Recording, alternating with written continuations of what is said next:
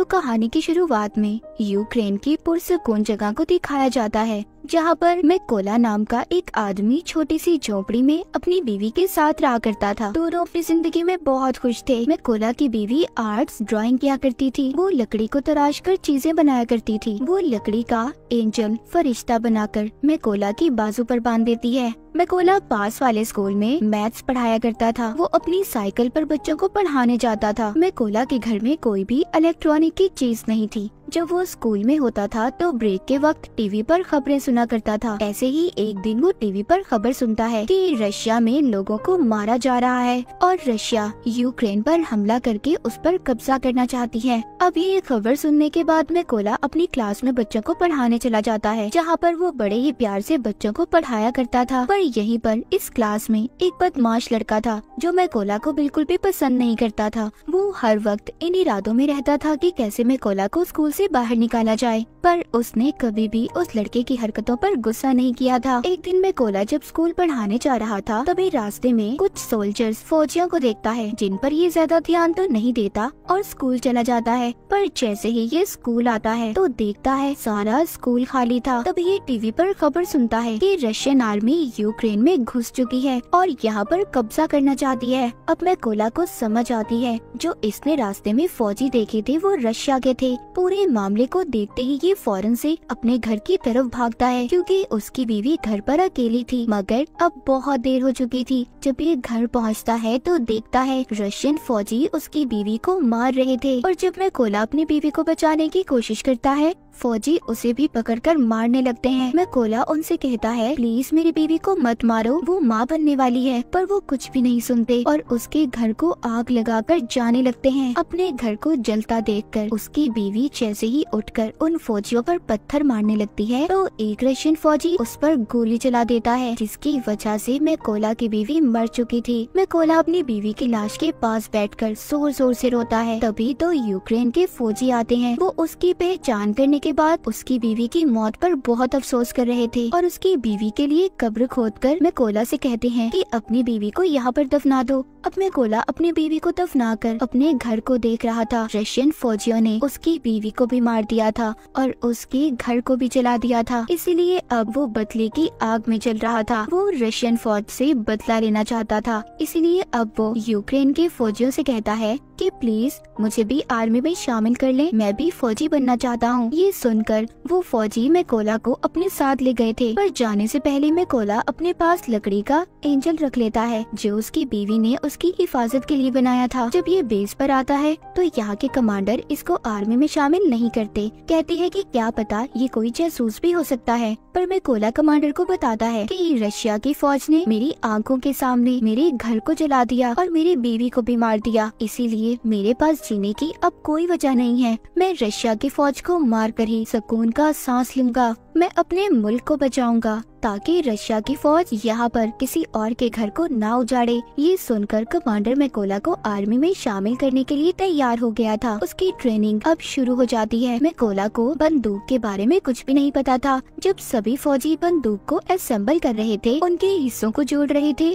तो मैकोला उनके सामने सबसे ज्यादा देर में बंदूक को असेंबल करता है, जिससे सभी फौजियों को ये लग रहा था कि मैकोला कभी भी अच्छा फौजी नहीं बन पाएगा। मगर मैकोला अपनी सारी जान अपनी ट्रेनिंग पर लगा रहा था ताकि वो अच्छे से अच्छा फौजी बन सके। एक दिन ऐसे ही जब वो ट्रेनिंग कर रहा था तो अपने सीनियर से कहता है कि मुझे मैकोला कहकर मत बुलाएं, मुझे रेविन कहें। तभी उसके सीनियर उस पर हंसने लगते हैं, कहते हैं खुफिया नाम ऐसे ही किसी को नहीं मिल जाते, उसके लिए इंसान को मेहनत करना पड़ती है। अब मैकोला पूरी जान से ट्रेनिंग कर रहा था। रात को जब सभी सिपाही सो रहे होते थे तो तब भी मैकोला अपनी प्रैक्टिस करता रहता था। एक दिन उनका कमांडर सबसे कहता है कि हमारे पास स्नाइपर निशानेबाज की कमी है, कौन है जो तुम में से स्नाइपर बनना चाहता है? इनमें से बहुत कम लोग थे जो अपना हाथ ऊपर करते हैं। इन्हीं में से मैकोला भी था जो अपना हाथ ऊपर करता है। सभी उसे देखकर हंस रहे थे। कमांडर उसे कहता है तुम्हें तो बंदूक भी सही तरह से असेंबल नहीं करने आती, तो तुम क्या स्नाइपर बनोगे? मैकोला कहता है, मैं एक अच्छा स्नाइपर बन सकता हूँ, आप मेरा कोई भी टेस्ट ले सकते हो। कमांडर उसको टेस्ट लेते हुए कहता है कि तुम्हें सिर्फ 20 सेकंड में इस बंदूक को असेंबल करना होगा। अब मैकोला अपनी आंखों पर पट्टी बांधकर बंदूक को जोड़ना शुरू करता है और सिर्फ 18 सेकंड में उसने बंदूक को असेंबल कर दिया था। ये देखकर सभी हैरान हो गए थे। जो लोग पहले इस पर हंस रहे थे वो अब इसके लिए तालियां बजा रहे थे। इसके बाद मैकोला की स्नाइपर की ट्रेनिंग शुरू हो गई थी। वो जी जान लगाकर स्नाइपर की ट्रेनिंग कर रहा था। वो दिन भी आ गया था जब सभी स्नाइपर्स को उनकी बंदूकें दी जाती हैं। जहाँ पर सबको अच्छे मॉडल की बंदूकें दी गई थी, वहीं पर मैकोला को पुरानी बंदूक दी जाती है जो सही से काम भी नहीं करती थी। जब मैकोला अपने सीनियर से कहता है कि सर मुझे भी नई बंदूक चाहिए, तो उसका सीनियर उसे गुस्से से जवाब देता है। कहता है कि पहले तुम्हें खुद को साबित करना होगा कि तुम एक अच्छे स्नाइपर हो, तभी तुम्हें बंदूक दी जाएगी। अब सबकी ट्रेनिंग शुरू हो गई थी। इनका सीनियर सबसे कहता है, जब तुम अपना निशाना लगा रहे होगे तो तुम्हें चाहे कोई भी परेशानी आ जाए, तुम अपने टारगेट से नहीं हिलोगे और अपने टारगेट पर पूरा ध्यान लगाकर निशाना लगाओगे। सीनियर सभी के पास बारी बारी जाता है और सबके पास गोलियां चलाता है। जो भी स्नाइपर जरा सा भी गोली लगने के डर से हिलता है उसको ट्रेनिंग से बाहर कर दिया गया था। जब सीनियर मैकोला के पास जाकर गोली को चलाता है तो उसे कोई भी फर्क नहीं पड़ता, वो जरा सा भी नहीं हिला था। जब वो अपने टारगेट पर निशाना लगा रहा था तभी सीनियर उसके पास आकर कहता है कि तुम अपने टारगेट को सिर्फ एक दफा ही देख सकते हो, और उसकी आंखों के आगे कुछ रख देता है। अब मैकोला जब निशाना लगाता है तो उसका निशाना चूक गया था, मगर सब जानते थे कि अगर मैकोला को नई बंदूक दी जाती और आंखों के आगे कुछ न आता तो उसका निशाना लग जाता। रात को स्नाइपर का नाइट शूट टेस्ट होता है जिसमें इन्हें रात के अंधेरे में अपने टारगेट को देखकर उस पर निशाना लगाना था। ये फ्लेयर गन को चलाकर सबको एक ही बार उनका टारगेट दिखाया जाता है। सब निशाना लगाते हैं पर मैकोला निशाना नहीं लगाता।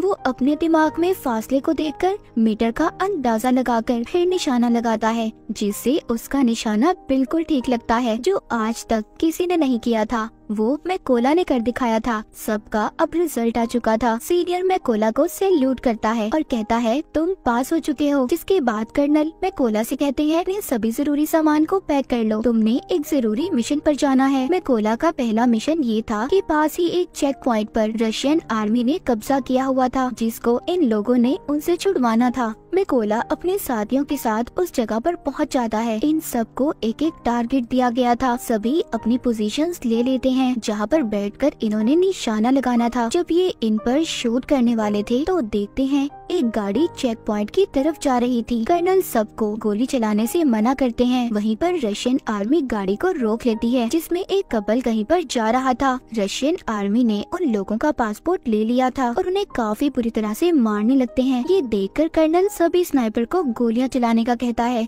और एक ही झटके में सभी स्नाइपर रशियन आर्मी को मार गिराती है। इनका पहला मिशन पूरा हो गया था।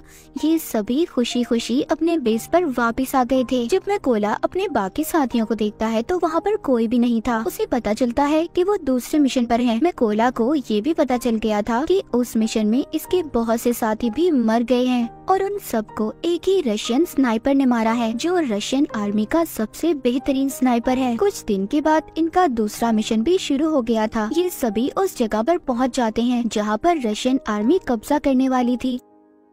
सबसे पहले मैकोला हर जगह पर अपने साथियों के साथ बॉम्ब लगा देता है और फिर घास में छुपकर रशियन आर्मी का इंतजार करने लगता है। कुछ वक्त के बाद रशियन आर्मी उधर आने लगी थी। तभी मैकोला देखता है उन रशियन फौजियों में मैकोला का एक स्टूडेंट भी था जो स्कूल में इसे परेशान किया करता था। ये वही बदमाश लड़का था और अब वो रशियन आर्मी में शामिल हो चुका था। जैसे ही कर्नल इन्हें शूट करने का कहते हैं तो मैकोला थोड़ा सा घबरा गया था क्योंकि ये अपने स्टूडेंट को मारना नहीं चाहता था, पर फिर भी ये अपने सभी जज्बात को साइड पर रखकर गोली बॉम्ब वाली जगह पर चला देता है जिससे बहुत बड़ा धमाका होता है। सभी रशियन फौजी मारे जा चुके थे। बाद में कर्नल जब मैकोला के पास आते हैं तो पूछते हैं तुम क्या सोच रहे थे। मैकोला बताता है कि उन रशियन फौजियों में मेरा एक स्टूडेंट भी था। कर्नल कहते हैं कि वो उस लड़के ने चुना है कि वो गद्दारों में शामिल हो गया, इसीलिए तुम्हें उसके लिए बुरा मानने की जरूरत नहीं है। इसके बाद ये वापस से बेस पे आ चुके चुके थे। कर्नल ज्यादातर अपना वक्त अब मैकोला के साथ ही गुजारते थे, क्योंकि अब कर्नल पूरी तरह से मैकोला पर यकीन करने लगे थे। कर्नल मैकोला को बताते हैं कि मेरी 2 बेटियां हैं और उन्हें नहीं पता कि मैं आर्मी में कर्नल की पोस्ट पर हूँ। उनको मैं ये कह कर आया हूँ कि मैं बहुत बड़ा बिजनेस करता हूँ, और मेरी बीवी ने भी मेरी बेटियों को नहीं बताया। ये सुनकर मैकोला भी अपनी बीवी की कर्नल को आखिरी निशानी दिखाता हुआ काफी दुखी हो जाता है। अब इसके बाद फिर से ये अपने अगले मिशन पर निकल पड़ते हैं। ये लड़ाई काफी बड़ी थी। सभी स्नाइपर्स छुपने के लिए एक गहरी खाई खोदते हैं और उसमें अपनी पोजीशंस ले लेते हैं। ये यहाँ पर इसलिए आए थे क्योंकि इन्हें पता चल गया था कि रशिया के कुछ फौजी यहाँ पर कब्जा करना चाहते हैं। यहीं पर कर्नल भी मैकोला के साथ थे। तभी यहाँ पर मैकोला देखता है उनमें वो फौजी भी था जिसने इसकी बीवी पर गोली चलाई थी। वो मैकोला के बिल्कुल निशाने पर था। कर्नल से पूछता है, क्या मैं इस पर गोली चला सकता हूँ? कर्नल कहता है नहीं। मैकोला फिर पूछता है, क्या मैं इस पर गोली चला सकता हूँ? क्योंकि वो अपनी बीवी का बदला लेना चाहता था। मैकोला का तो मिशन ही यही था कि वो अपनी बीवी का बदला लेना चाहता था। वो खुद पर कंट्रोल नहीं कर पाता और उस फौजी पर गोली चला देता है। पर इसके बाद रशियन आर्मी को इनका पता चल चुका था। कर्नल मैकोला से कहते हैं, ये तुमने क्या किया? तभी एक स्नाइपर कर्नल पर शूट करके उसे भी मार देता है। सब रशियन फौजी इन पर बॉम्ब फेंकने लगते हैं। मैकोला कर्नल की लाश को बेस पर ले आया था, पर बहुत ज्यादा दुखी था क्योंकि उसकी गलती की वजह से कर्नल मारा जा चुका था। मैकोला ने अब ये कसम भी खाई थी कि वो उस स्नाइपर को कहीं से भी ढूंढ कर लाएगा और कर्नल की मौत का बदला लेगा। इसलिए वो अगले मिशन के लिए अकेला ही निकल गया था। उसको उस स्नाइपर की जगह के बारे में भी पता चल जाता है। वो अब अपने टारगेट को फिक्स करके एक स्नाइपर को मार गिराता है, पर वहाँ पर एक स्नाइपर मैकोला पर गोली चला देता है जो उसको लगती तो नहीं, पर वो जख्मी हो गया था। लेकिन स्नाइपर को भी मैकोला ने मार दिया था। अब क्योंकि वो जख्मी था इसलिए खुफिया जगह पर जाकर अपने जख्म के ठीक होने का इंतजार करने लगता है। तभी उसे अपने हेड की कॉल आती है जो बताते हैं कि हमें उस स्नाइपर का पता चल चुका है जिसने कर्नल को मारा था। तुम जल्दी से बेस पर आ जाओ। मैकोला अब बेस पर आ चुका था। जब इनकी ट्रेनिंग शुरू होती है तो इन्हें बताया जाता है कि वो स्नाइपर बहुत ही खतरनाक है। उसका निशाना आज तक गलत नहीं लगा। हेड यहाँ पर ये भी बताते हैं कि वो पहले यूक्रेन के फौजियों को मारता है, फिर उनकी वीडियोस बनाकर इंटरनेट पर डालता है ताकि यूक्रेन आर्मी हार मान ले। हेड बताते हैं कि हम 2 ग्रुप्स में जाएंगे। बिल्डिंग के अंदर वो स्नाइपर है, हम वहाँ पर जाकर उन पर हमला करेंगे।